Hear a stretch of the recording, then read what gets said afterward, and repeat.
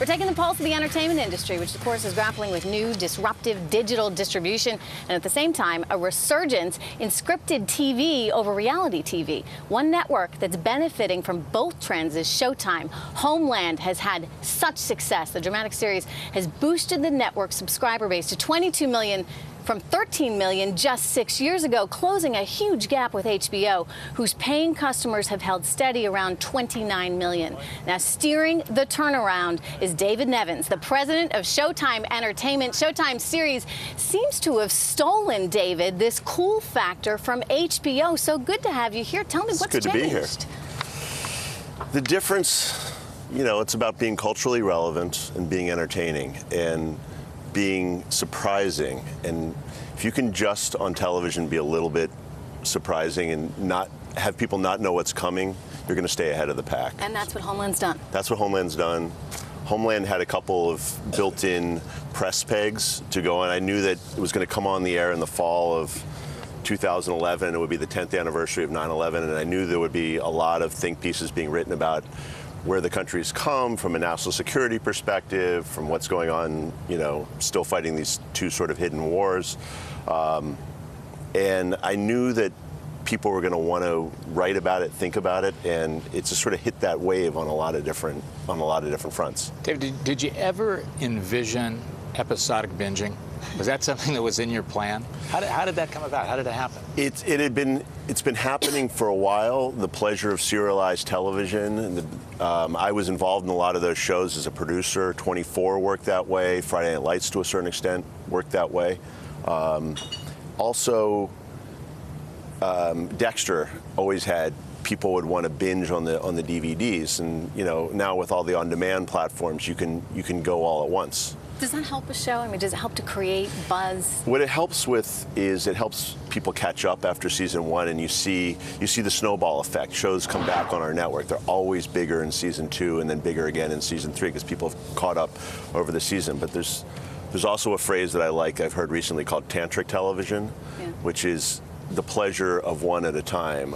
Long, slow, the sort of torture of waiting for the next episode.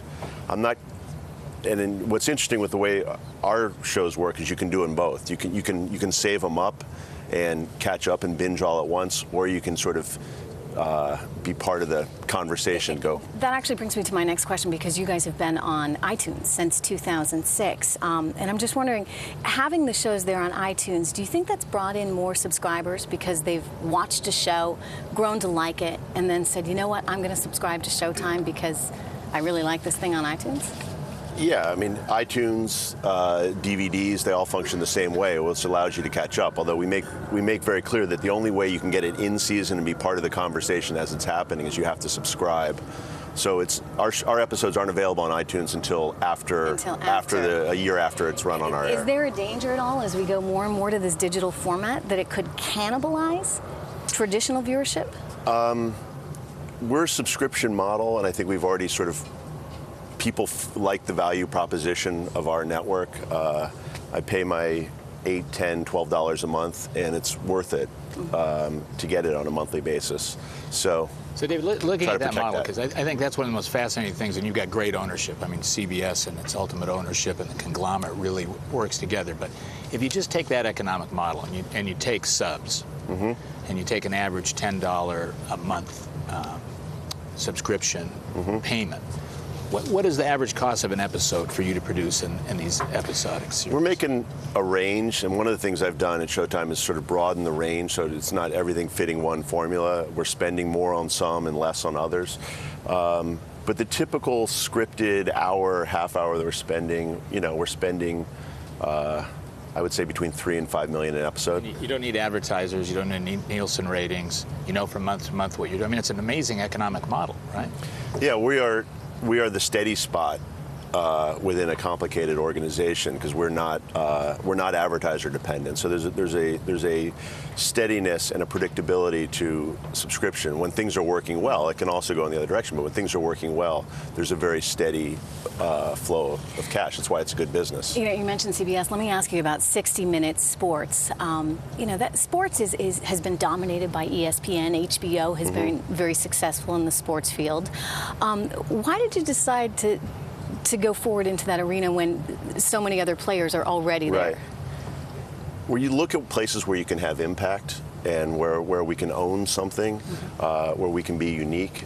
60 Minutes, obviously one of the great brands in the history of television.